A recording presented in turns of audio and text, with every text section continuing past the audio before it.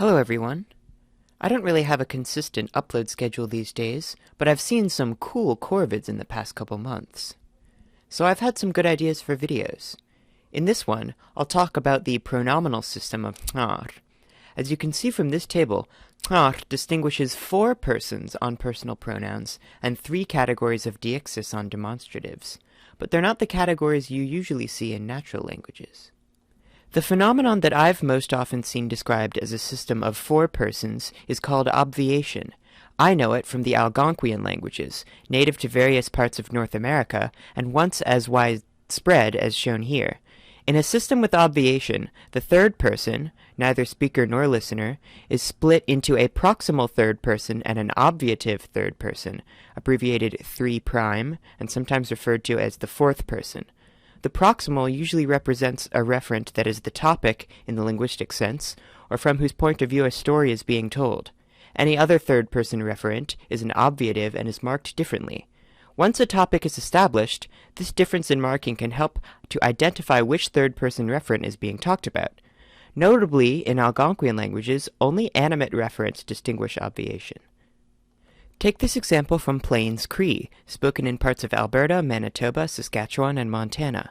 The first sentence establishes one man as the discourse topic and mentions another man. Then the second sentence describes an action of the first man. Then the third sentence mentions both again. Because the two agree with verbs and nouns differently, it's easy to tell which he is being referred to. Contrast this with knar, where instead of the third person being split, the second person is split.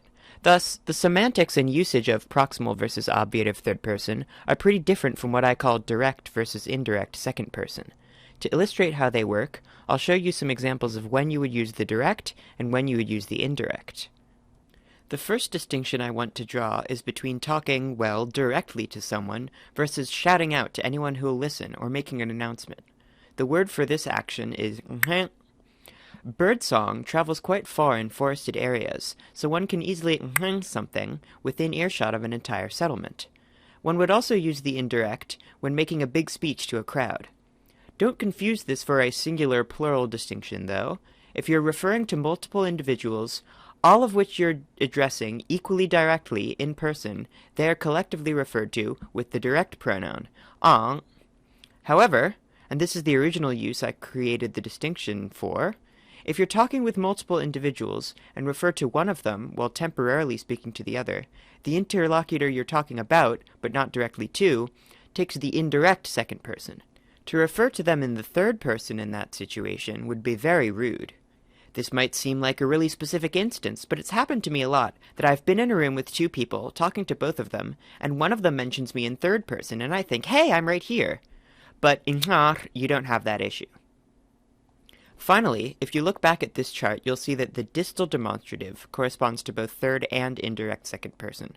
So, is this over here near me, hya is that over there near you, and q is that out there near neither of us, or you, whom I'm talking to indirectly. Let me know in the comments if you're developing a conlang with some sort of split or obviated person system. I think I came up with something interesting and somewhat original, but I'd be curious to see if anything similar is already out there.